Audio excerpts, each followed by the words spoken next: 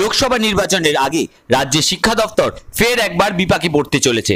কারণ এসএসসির অনশনরত ছাত্রছাত্রীদের পাশে এসে দাঁড়াতে চলেছে এসএসকে এমএসকে শিক্ষক ঐক্যমুক্ত মঞ্চ। চলতি মাসের 31 তারিখ ওই সংগঠনের 20 থেকে 25,000 শিক্ষাকর্মীরা এসএসসির ছাত্রছাত্রীদের দাবিতে সম্মতি জানিয়ে শহরের বুকে মিছিল করার ডাক দিয়েছে, যে কারণে 31শে মার্চ কলকাতা অচল হতে চলেছে ফের একবার। অন্যদিকে এসএসসিতে ন্যায্য নিয়োগের দাবি নিয়ে কলকাতার মধ্যমণি প্রেস ক্লাবের সামনে যে অনশন মঞ্চ তৈরি করা হয়েছে তা আজ 27 দিনে পা দিল।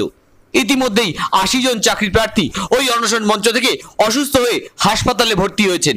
রাজ্যে এসএসসিতে নিয়োগ নিয়ে অস্বচ্ছতা রয়েছে, এই দাবি নিয়ে রাজপথের ধারে অনশনে বসেছেন কয়েক হাজার চাকরি প্রার্থীরা, যারা নিজেদের ন্যায্য দাবিতে অনড় থেকে রাজ্য সরকারের কাছে বার্তা তুলে দিতে চাইছেন। এই অনশন মঞ্চে এর আগে রাজ্যের শিক্ষামন্ত্রী এসে চাকরি প্রার্থীদের সমস্যা সমাধানের আশ্বাস দিয়েছিলেন, কিন্তু অনশনরত চাকরি প্রার্থীদের দাবি রাজ্যের পক্ষ থেকে এর আগে বহু আশ্বাস দিয়ে তা পূরণ করতে ব্যর্থ হয়েছে। সেই কারণে এবার আশ্বাসবাণী ছেড়ে মুখের কথাকে বাস্তবায়িত করতে এক ঐতিহাসিক অনশনের পথে এগিয়ে চলেছেন এসএসসির চাকরি প্রার্থীরা, যা আগামী লোকসভা নির্বাচনে রাজ্যের বিরোধী দলগুলোর কাছে একটি বড় হাতিয়ার হয়ে উঠতে চলেছে। আসুন একবার শুনে নি এসএসকে এমএসকে শিক্ষক ঐক্যমুক্ত মঞ্চের রাজ্য সম্পাদক মইদুল ইসলাম এই বিষয়ে কি বললেন। বিষয়টা হলো এসএসসি ছাত্রছাত্রীরা তাদের ন্যায্য দাবিতে, অর্থাৎ তারা প্রত্যেকে ওয়েটিং আছে 2016 সালের নিয়োগের যে পরীক্ষা হয়েছিল এবং তার ভিত্তিতে যেটা কাউন্সিলিং চলছে, এবং তাদের মূলত দুটো দাবি।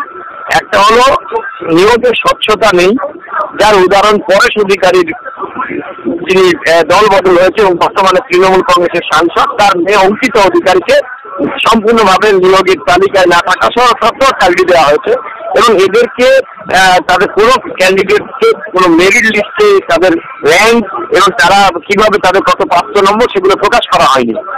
আর এরা প্রত্যেকে যারা বসে আছে 450 দিন ধরে খোলা আকাশের নিচে প্রাকৃতিক বিপর্যয় উপেক্ষা করে তারা অনশন করছে। সেই অনশনে তাদের যেটা মূলত বক্তব্য যে আমরা প্রত্যেকে ওয়েটিং লিস্টে আছি, অর্থাৎ স্বচ্ছ নিয়োগ হলে আমরা পেতাম, আর আপডেট ভ্যাকান্সি হিসাবে নিয়োগ যদি হয় তাহলে আমরা চাকরি পেতাম। আমি শিক্ষক ঐক্য মঞ্চের রাজ্য সম্পাদক, আমরা ওই আন্দোলনের সংগতি জানিয়েছি, টানা 12 দিন ওদের সঙ্গে আছি। আগামী 31শে মার্চ শিক্ষক ঐক্য মুক্ত মঞ্চের ডাকে শিয়ালদা থেকে ধর্মতলা প্রেস ক্লাবে এই আন্দোলনের সংগতি জানিয়ে একটা মহা মিছিলের ডাক দেওয়া হয়েছে।